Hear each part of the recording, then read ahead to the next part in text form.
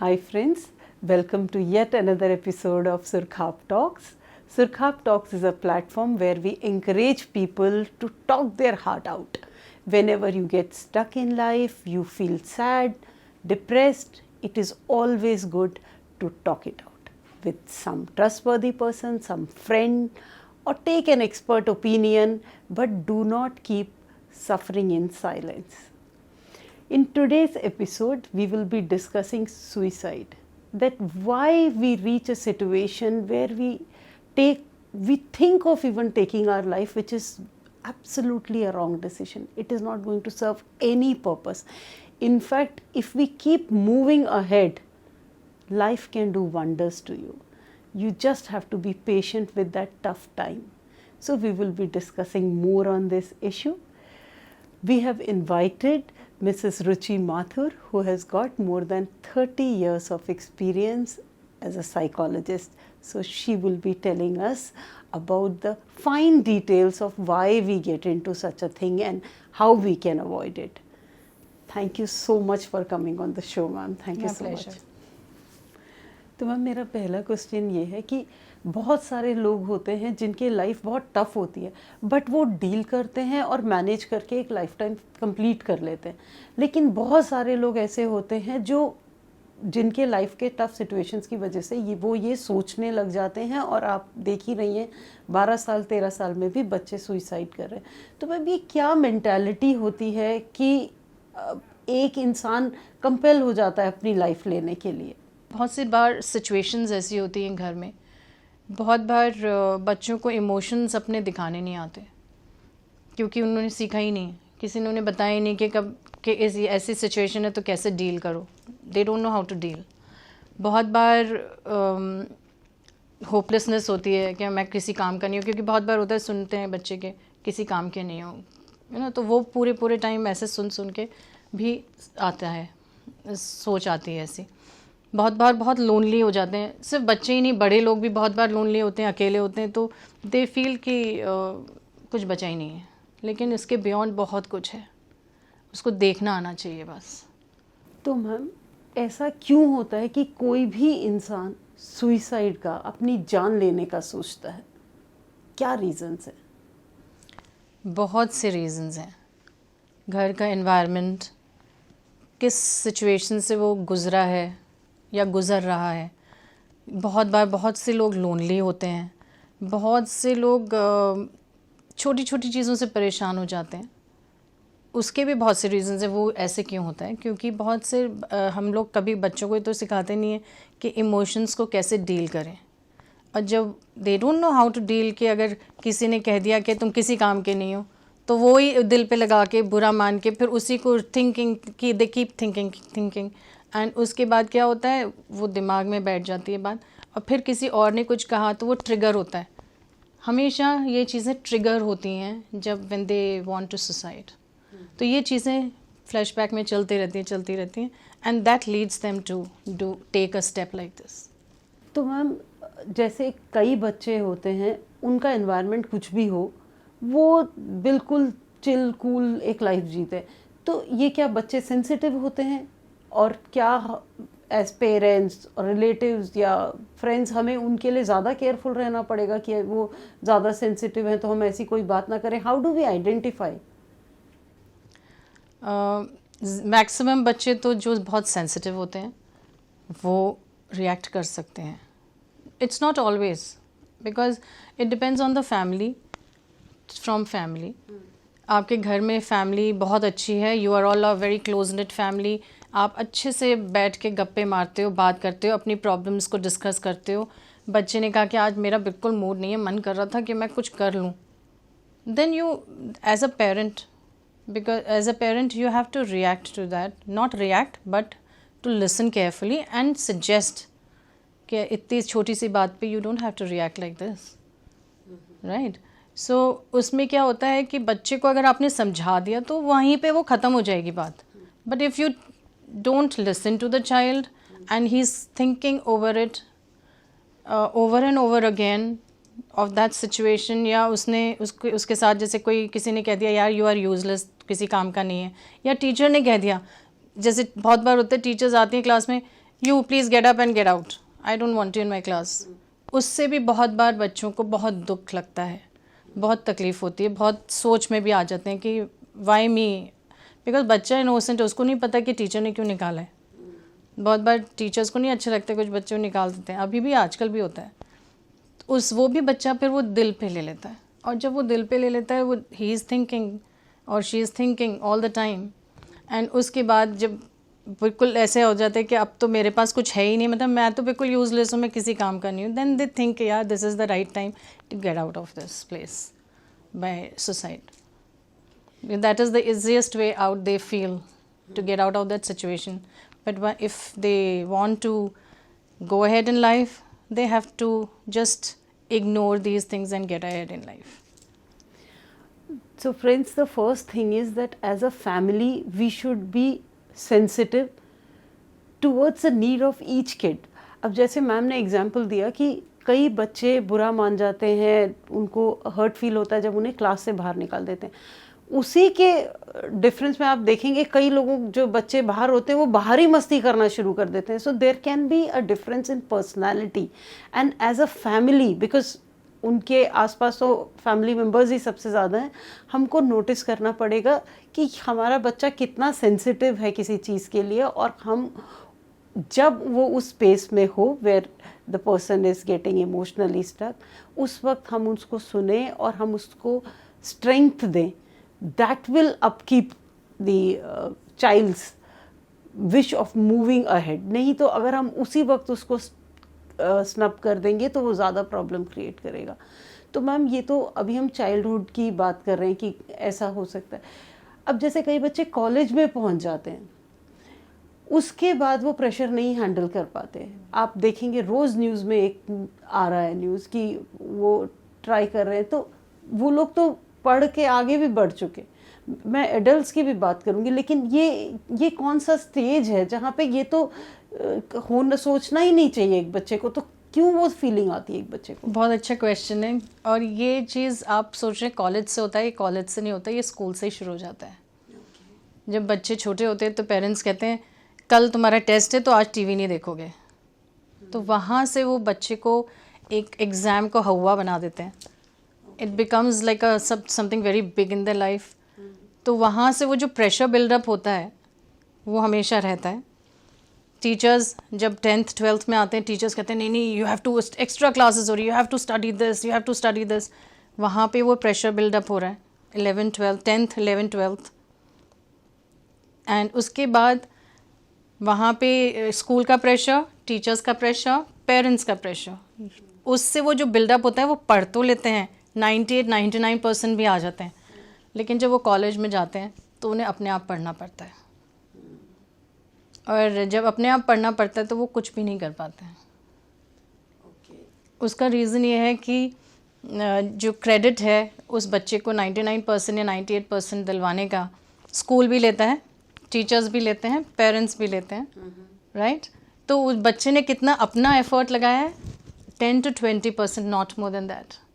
बाकी सबका जो था क्रेडिट कंट्रीब्यूशन ज़्यादा था। तो बच्चा जब अपने आप पढ़ने के लिए बैठता है तो उसको समझ में नहीं आता ये है क्या। तो self study is very important from childhood, so that this pressure is not build up.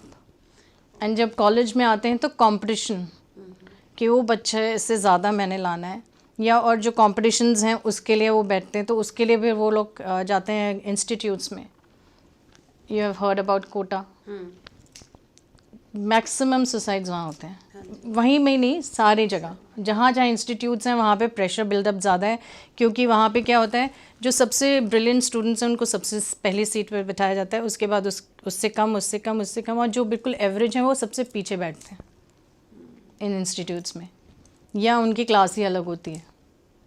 तो वो जो प्रेशर बिल्डअप हो रहा है, जो एवरेज स्टूडेंट्स हैं वो नहीं ले पाते हैं, या जो मीडियोकर्स हैं वो भी नहीं ले पाते हैं, और बहुत बार ब्रिलियंट भी नहीं ले पाते हैं, क्योंकि वो इतना ज़्यादा होता है कि एंड दूसरी एक और चीज़ बहुत इंपॉर्टेंट है कि कैपेबिलिटी, कैपेसिटी हर बच्चे की डिफरेंट है, जो पेरेंट्स ध्यान नहीं देते हैं। वो अपने एम्बिशंस उनके ऊपर थोप देते हैं कि मैं नहीं बन पाया तो मेरा बच्चा तो बन ही जाए।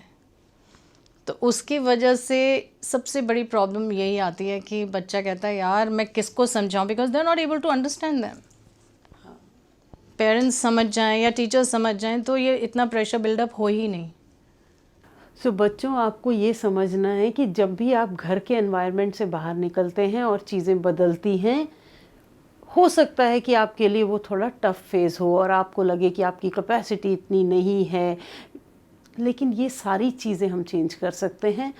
You just have to be bit patient, you just have to have courage, and उस फेज़ को आपको निकाल देना है। आपको किसी भी वक्त ये नहीं सोचना है कि ये मेरे सुइसाइड के स्टेप से सब कुछ रिजॉल्व हो जाएगा, ऐसा नहीं होगा।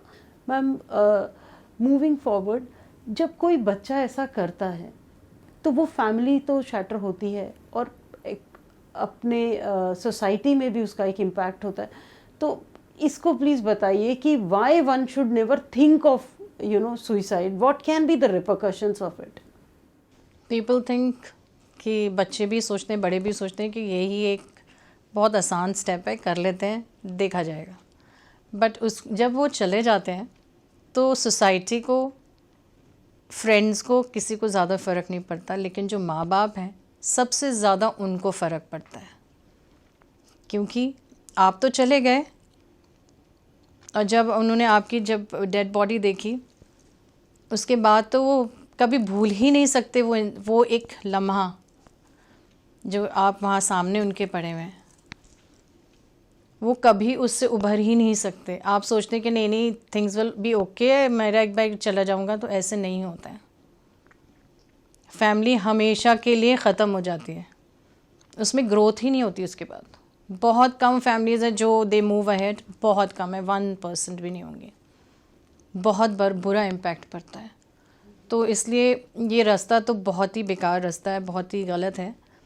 अगर आपको बहुत ज़्यादा परेशानी होती है कि आपको ये फीलिंग आती है, तो वी आर देयर। सोसाइटी में साइकोलॉजिस्ट्स हैं, बहुत से मोटिवेटर्स हैं, बहुत से लोग हैं जो आपकी हेल्प कर सकते हैं। Go and talk to them. We are always all 24 hours available to you all, so please don't get into this, it's a request. समझे कि कितना बड़ा इम्पैक्ट हम अपने पूरे फैमिली को डिस्ट्रॉय करने में लगा सकते हैं सिर्फ एक सिंपल इस स्टेप की वजह से।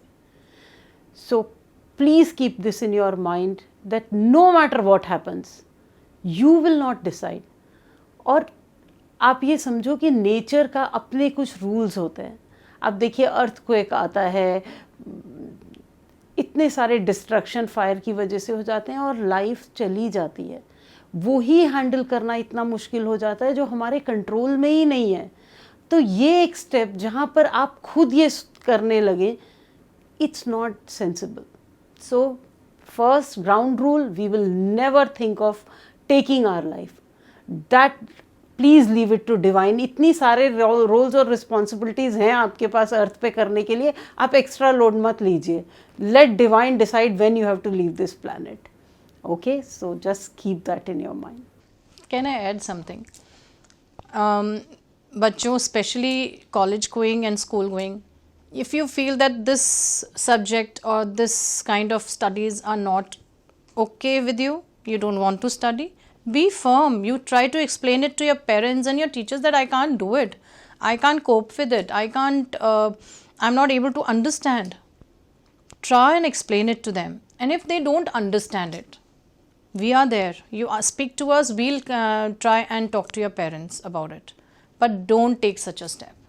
तो मैम, जैसे पेरेंट्स होते हैं, they no parent in this world is there जो अपने बच्चों से जी जान से प्यार नहीं करते, लेकिन वो अपनी अनअवेयरनेस में शायद ऐसा कर जाते हैं, या जो भी रीज़न हो, फैमिली मेम्बर्स ऐसा किसी के साथ भी कर जाते हैं। तो क्या आप कुछ गाइडलाइंस दे सकते हैं पेरेंट्स को, फैमिली मेम्बर्स को, कि वो ऐसा कुछ ना करें जो कि किसी बच्चे में ये ट्रिगर कर दे फीलिंग?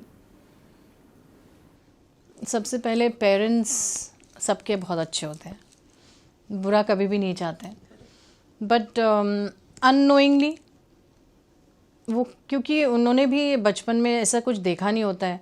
आजकल के बच्चे भी बहुत ज़्यादा सेंसिटिव हैं, तो पेरेंट्स को बहुत सोच समझ के एक तो वर्ड्स यूज़ करने चाहिए when they are talking to your child, even if you want to point out his mistakes or her mistakes, और उनकी गलतियाँ भी गिनानी है या उनको कुछ बताना है कि नहीं this is wrong, you are not doing, तो you don't have to say कि एंड अगर वो बहुत आलसी बच्चा है, सपोज अगर बच्चा आलसी है, he doesn't want to do anything, he is not helping in the kitchen, he is not helping you with the other chores of your house, तो you don't have to say कि किसी काम का नहीं है, पड़ा रहता है, बट उसके अलावा आप उसको तरीका बदल दीजिए उससे डील करने का.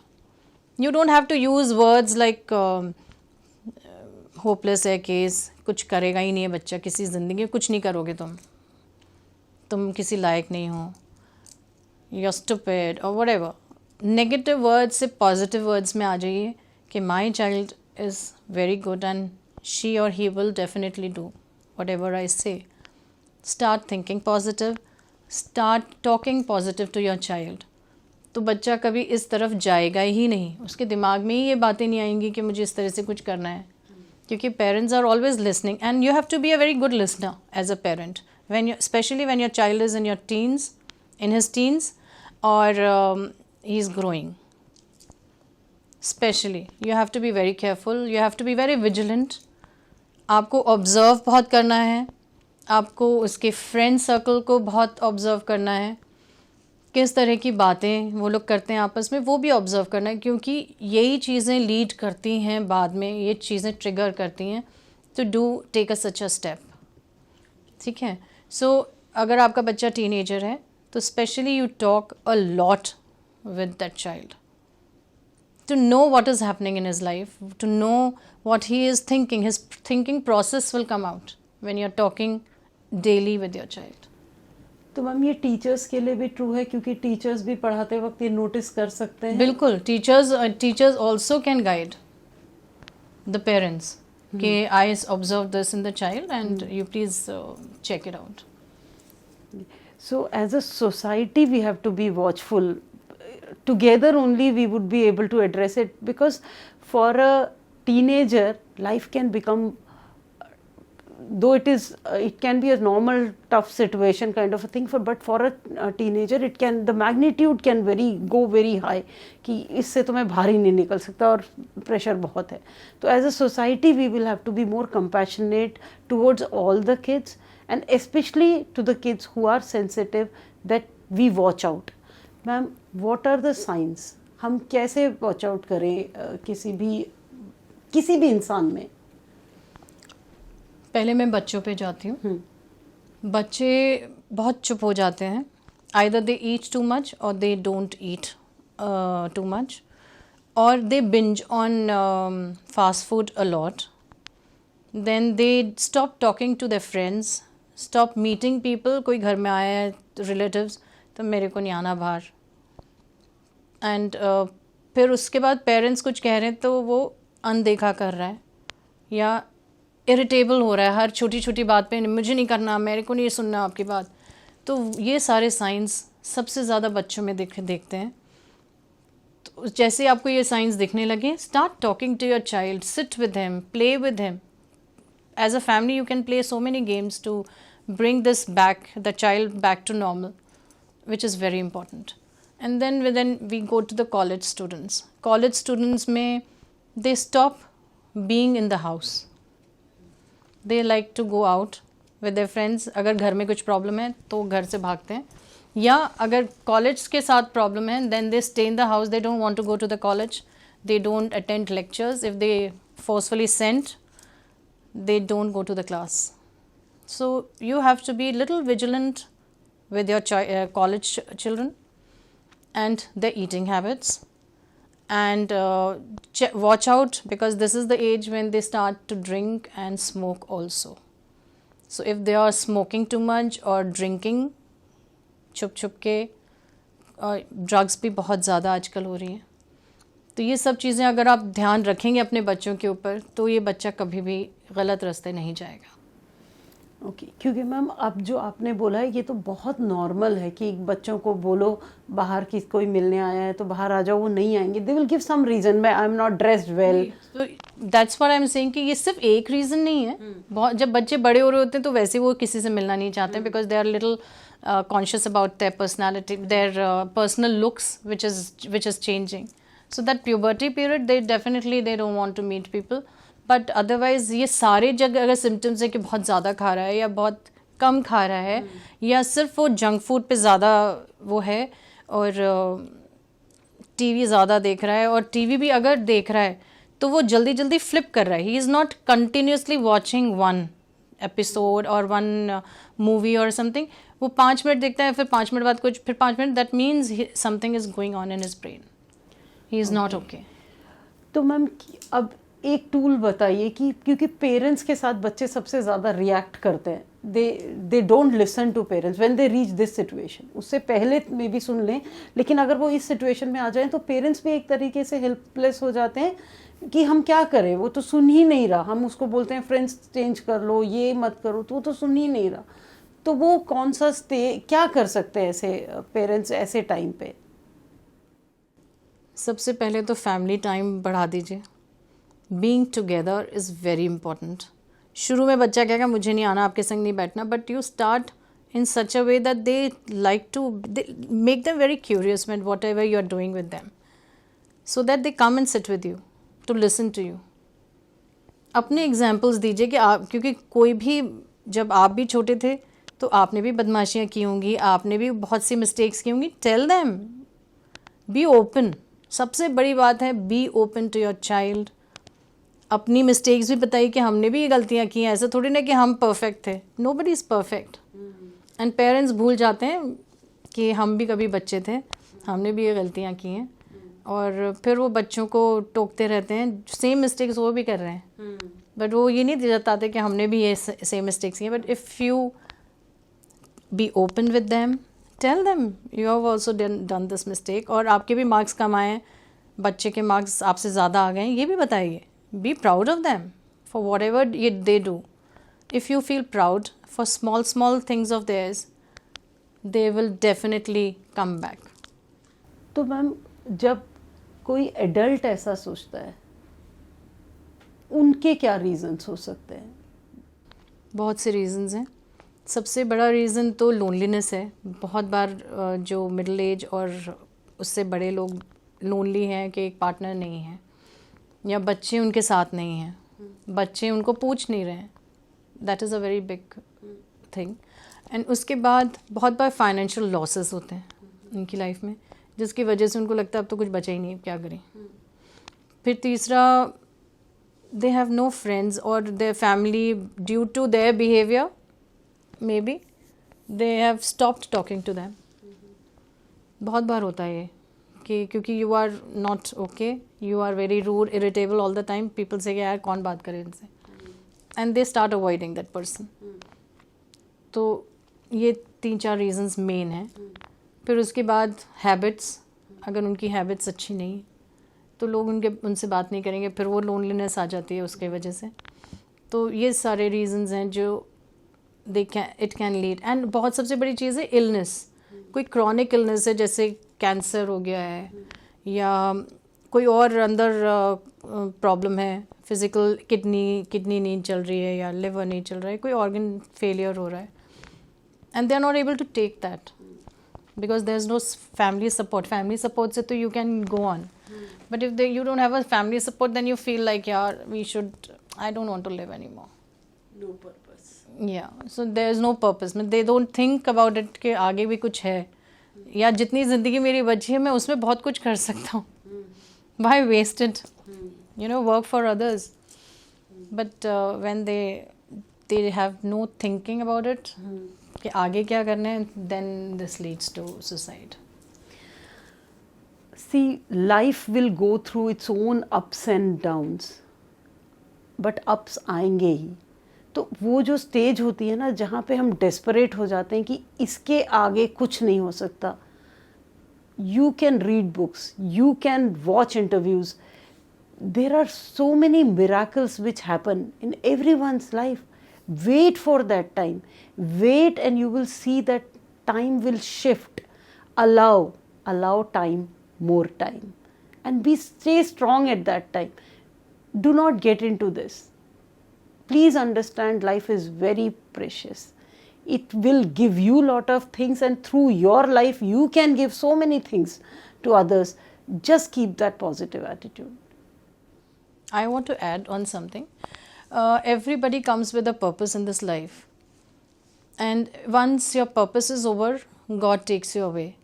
But if you do such a thing, you have to come back again in the same rut.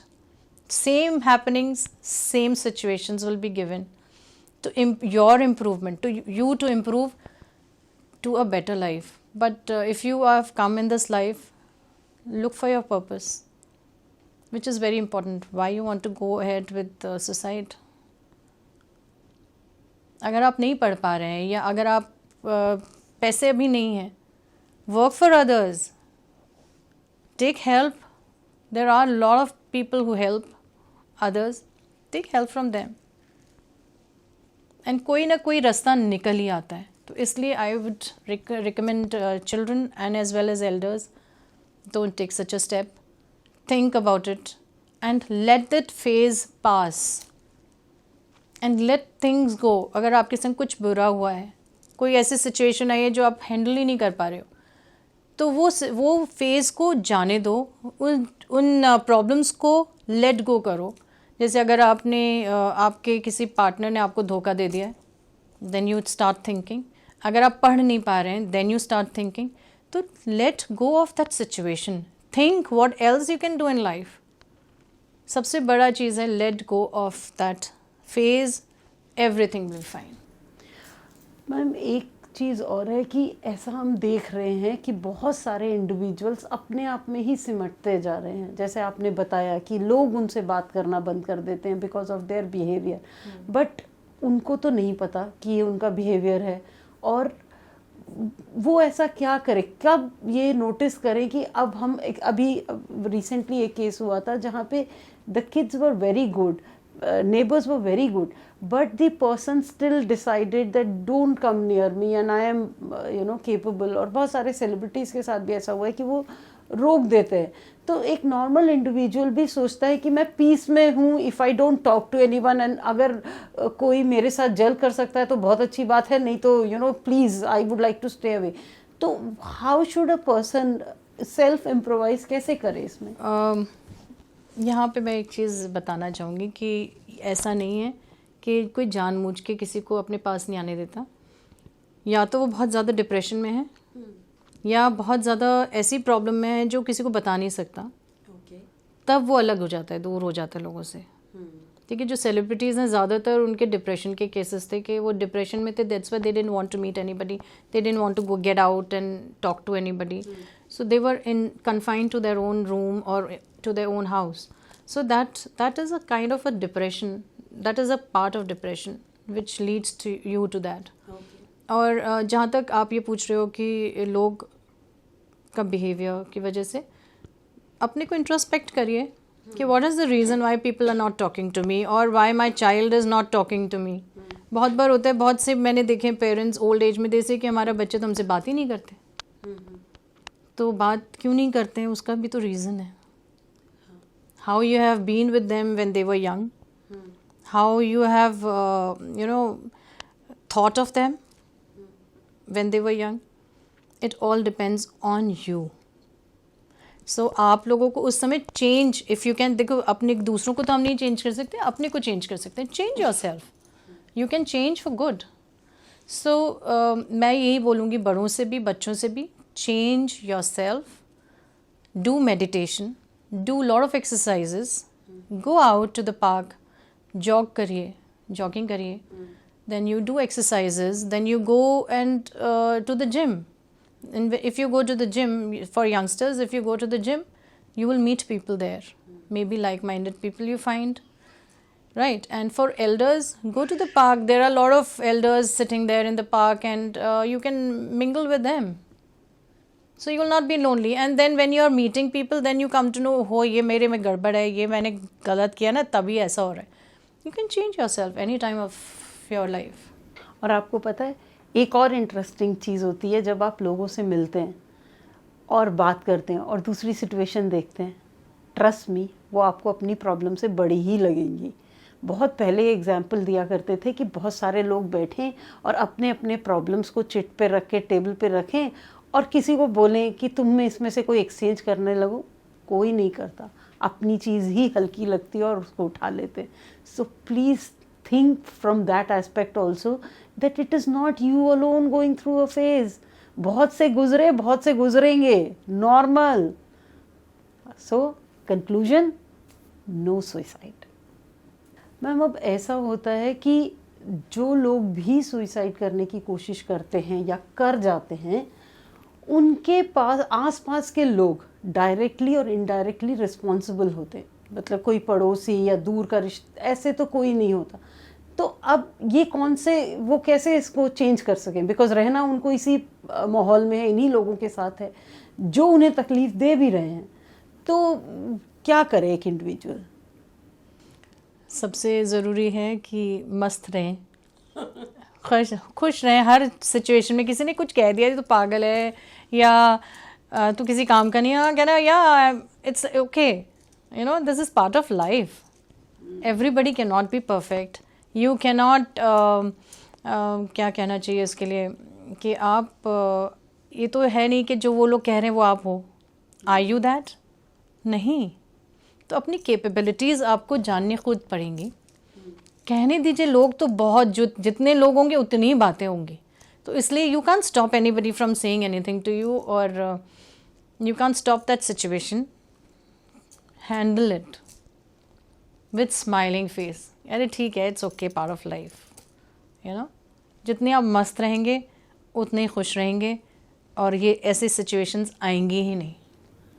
Okay, so the bottom line is ऐसा होगा। हम ये नहीं रोक सकते कि हमारे आसपास के लोग अपने जजमेंट्स हम पे ना दें या वो हमारे लिए कोई बहुत बुरा ओपिनियन ना बनाए, ऐसा होगा। बट हमारी क्या रिस्पॉन्सिबिलिटी है? Don't by that. Focus on your self, have believe, have faith on divine कि अगर तुम्हें इस धरती पे भेजा है तो कोई ना कोई तो रीज़न होगा, और वो रीज़न जैसे ही कंप्लीट होगा उसके बाद हम जाएंगे। उससे पहले हमें ना सोचना है और ना करना है। मैम, आपका इतना एक्सटेंसिव एक्सपीरियंस रहा है, तो फॉर व्यूअर्स आप प्लीज़ कुछ एग्जांपल्स दीजिए जिसके अंदर जो भी रीज़न की वजह से किसी ने ये कंटेम्पलेट किया हो और वो इंसान वापस लाइफ की ओर मुड़ गया हो। तो कोई भी आप प्लीज़ अपने एक्सपीरियंस से शेयर कीजिए। पहली बात तो कोई भी ऐसी सिचुएशन नहीं होती है कि उसको आप फेस नहीं कर सकें या आप उससे डील नहीं कर सकें या उसके आगे नहीं बढ़ पाएँ, ठीक है। But there was this girl who messaged that my life is over and I'm committing suicide in the next 5 minutes. I saw that message, I called her immediately because I didn't want her to get into that. So she picked up, luckily she picked up the phone. I said, what is the problem? So she said, ma'am, I was in love with somebody and I just recently came to know that he's married already and my life is finished. I said, why it is finished? You can see beyond. He is not the only one. ये थोड़ी ना कि आपके लिए पूरी दुनिया में एक ही लड़का है, आप आगे बढ़िए, आपको 1000 और मिलेंगे, लेकिन be careful next time. And this is not the end of it. And she wanted, she said, I can't take revenge from him, that's why I want to commit suicide. I said, but this is not right. उसके लिए जिसने आपको पूछ भी नहीं रहा, वो already married है, उसको तो कोई फ़र्क ही नहीं पड़ेगा आपके मरने से। आपके मरने से किसी को फ़र्क पड़े तब तो आप मरो, नहीं तो क्या फ़ायदा है उसको। तो वो तो बहुत ही खुश होगा, चलो एक रास्ते से हट गई, and he will go ahead with another woman. तो उससे भागिए मत, face it, that is the reality of life. जब हम रियलिटी में रहते हैं तो हम कभी भी ऐसी चीज़ों में जाते ही नहीं, क्योंकि this is part of life. ऐसी चीज़ें हर इंसान के संग होती हैं, बहुत कम इंसान हैं जिनके संग नहीं होता है, बट मैक्सिमम लोगों के संग कुछ ना कुछ ऐसा होता है। So the point is, you will always have help around. You will always have. Only thing is, you should be focused about finding a solution. देखो, प्रॉब्लम आएगी, हम कुछ हद तक उसके लिए जिम्मेदार हो सकते हैं और हो सकता है कि हम ना ही जिम्मेदार हो, वो प्रॉब्लम आ जाएगी। but solution is available. So whenever you get stuck into these things, look for solutions, look a way to come out of it rather than retracting कि और आप अपने दिमाग में सोचो ये प्रॉब्लम हो गई, अब मैं ये होगा तो इसके बाद ये होगा. That's very negative. You will keep moving out of life. That's not the solution. Think, what is it? Can I talk to this person? Can this person help me? And you will find out a solution. So please keep talking and moving ahead in life. Do not get stuck with it. I will add on something. आपको लगता है कि ये समझेंगे नहीं मेरी बात, तो तभी आप लोग नहीं जाते हो. बहुत बार ये होता है कि ये लोग मेरी समझेंगे नहीं. समझाने की कोशिश तो करो. पहले ही सोच रहे हो, यू एज्यूम दैट ये तो समझेंगे नहीं, या मेरा दोस्त नहीं समझेगा, या मेरे रिश्तेदार नहीं समझेंगे. बहुत बार होता है जो बिल्कुल एक स्ट्रेंजर होता है ना, वो समझ जाता है बात. अब उनसे बात करो, they will help you out.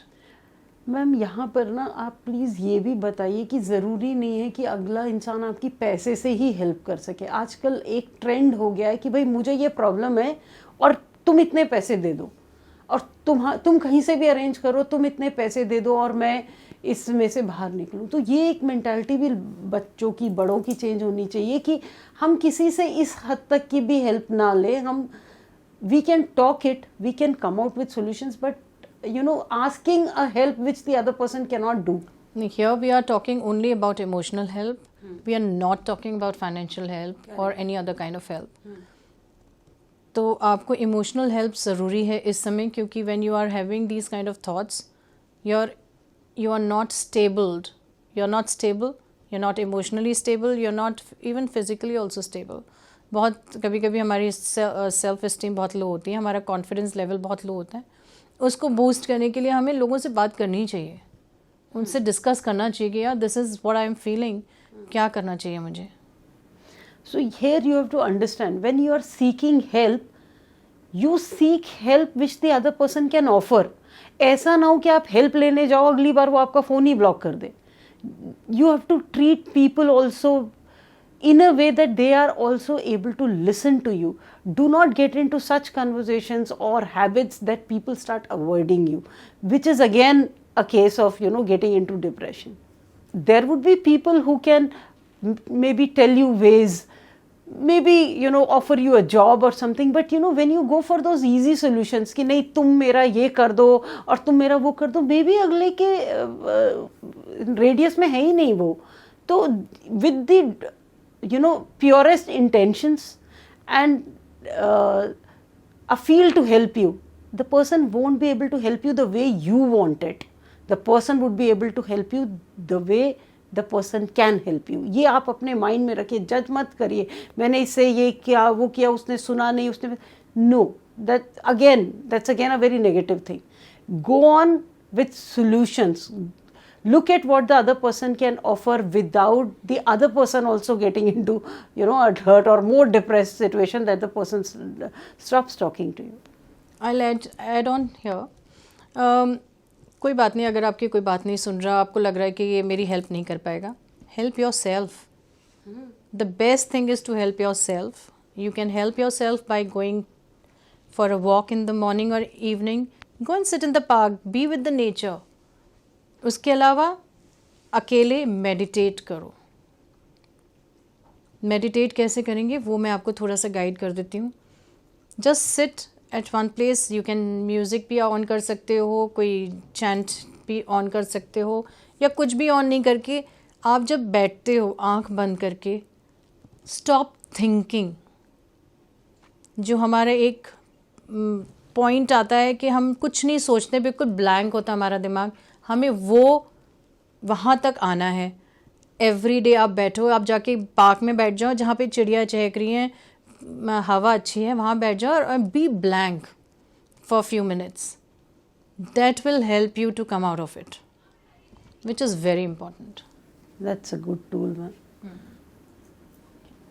So I'm concluding कि हम सबको as a society and as an individual इस चीज़ को अब हमें ख़त्म करना हो तो हम दोनों तरीके से कैसे कर सकते हैं? कुछ आप टिप्स दीजिए कि हम हमेशा मोटिवेटेड रहें या एज अ सोसाइटी हम वॉचफुल रहें। दोनों को आप एड्रेस करिए, because it is not a battle which one can win alone. Okay, so मैं पहले इंडिविजुअल्स पे आऊँगी कि सेल्फ मोटिवेटिंग बहुत ज़रूरी है. When you get up in the morning, go in front of the mirror and say I'm the best and I can do it. Nothing is impossible, because nothing is impossible. Impossible का word अगर हम उसको break करते हैं तो I am possible है. So please speak all these words when you get up in the morning. face को wash करिए, अच्छे से cream लगाइए. Boys भी लगा सकते हैं, girls भी लगा सकते हैं. And you'll feel much better when you all do all this. Self pampering बहुत ज़रूरी होती है. So when we don't do self-pampering, when we don't talk to ourselves, negative comes in. So positivity बहुत ज़रूरी है लाइफ में.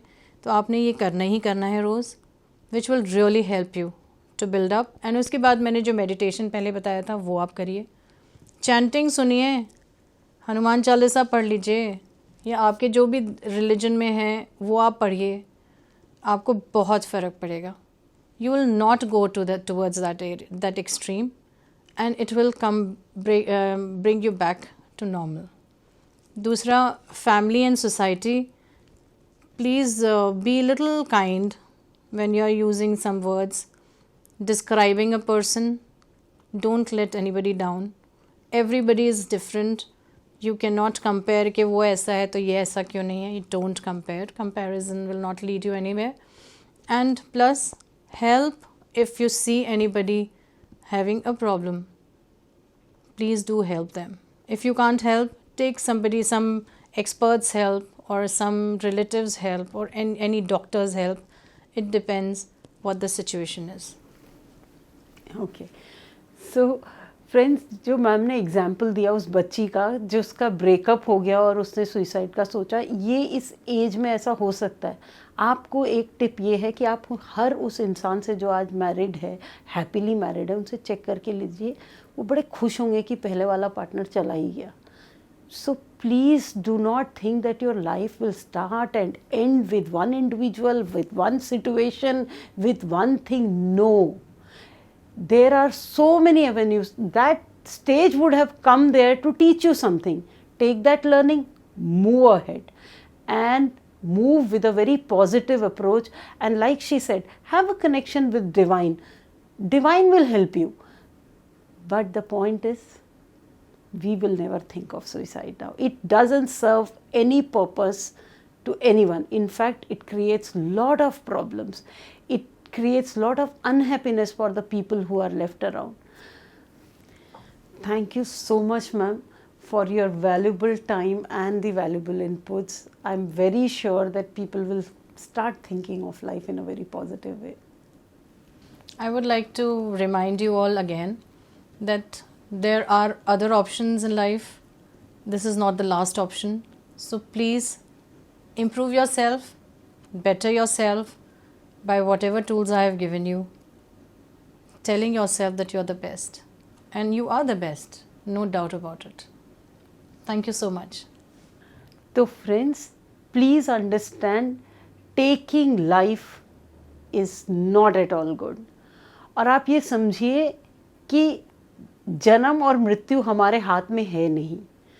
बहुत बड़ा क्रिएटर है जिसने बहुत बड़ा प्लैनेट बनाया है, जिसमें बहुत सारे लोग बनाए हैं, सब क्यू में हैं. तो आप वेट करिए, don't jump the queue, just wait. Let divine take that decision and till then you keep moving ahead in life. Baby steps, but don't think of it. And until next time, talk it out, sort it out.